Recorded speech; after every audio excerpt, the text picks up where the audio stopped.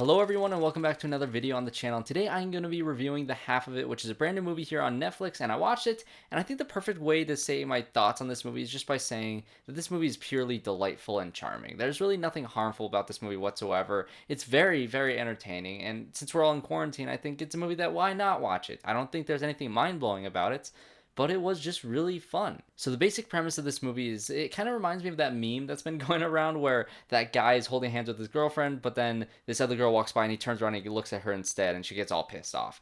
That's pretty much the premise of this movie. Even the poster for this movie kind of reminds me of that meme just to begin with, and that's the first thing I thought of when I heard the premise of this movie, which essentially is about this guy Paul who likes this girl Aster. But since Paul doesn't really know how to talk to just really anyone, but especially girls, especially this girl that he's crushing on, he hires this girl Ellie who's really smart. You know, she usually writes papers for other students to get them a good grade, but he's going to pay her to write a love letter to kind of help him get this girl to like him. So pretty simple premise, but the problem is, and the twist of this movie is, this girl Ellie actually has a crush on Aster as well. And so this is where this movie gets its little kind of turn of originality, whereas most of the movie does kind of follow that, you know, cliched romantic comedy where, you know, this guy needs a girl to help him get another girl, but then he ends up falling in love with the girl that's been helping him the entire time.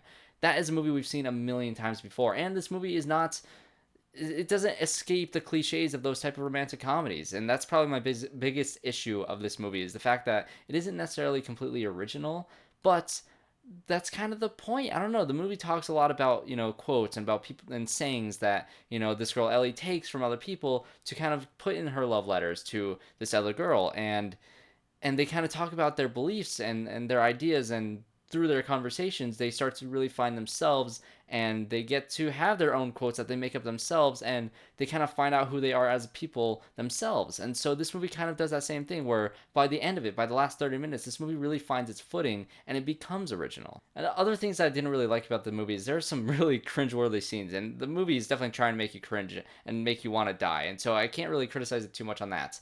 But it's just some things are just really hard to watch.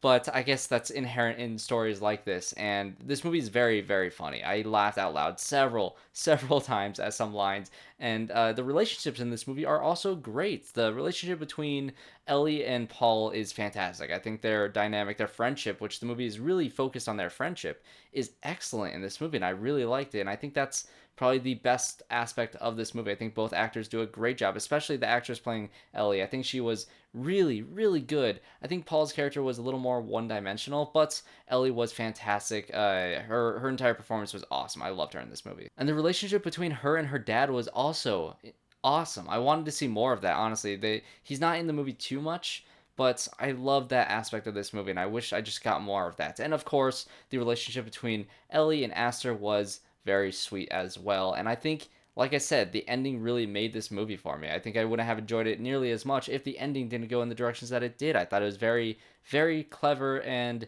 it was a breath of fresh air from the rest of the movie, because like I said, for the first two acts of this movie, it's kind of cliched, you know? You don't necessarily get that big party scene, but there is a party scene, if you know what I'm trying to say here. It does kind of dip its toe in those cliches, and it's scattered throughout the entire movie, but because the premise has that one little twist to it, it does kind of damper that a little bit, just enough to enjoy this movie more than, say, I enjoyed that one movie that just got a sequel recently. I can't remember. To All the Boys I've Ever Loved Before. I think I like this movie a little bit more than that one. So yeah, that is my review on this Netflix rom-com that, you know, they have so many, but this one actually was interesting. I did enjoy this one more than most. So that's going to be my review for The Half of It. Go check out this movie. It's really delightful. I don't think there's anything harmful or anything, just no reason not to watch it besides, oh, I don't like rom-coms. So if you guys don't like rom-coms, you probably won't like this movie. But if you're just into movies and want a fun, delightful story, this one is definitely for you guys. So subscribe to the channel to see more reviews. I've been reviewing a bunch of Netflix movies, along with this movie on HBO called Bad Education, which I absolutely loved. So subscribe to the channel to see all those videos, and I hope to see you all in my next one.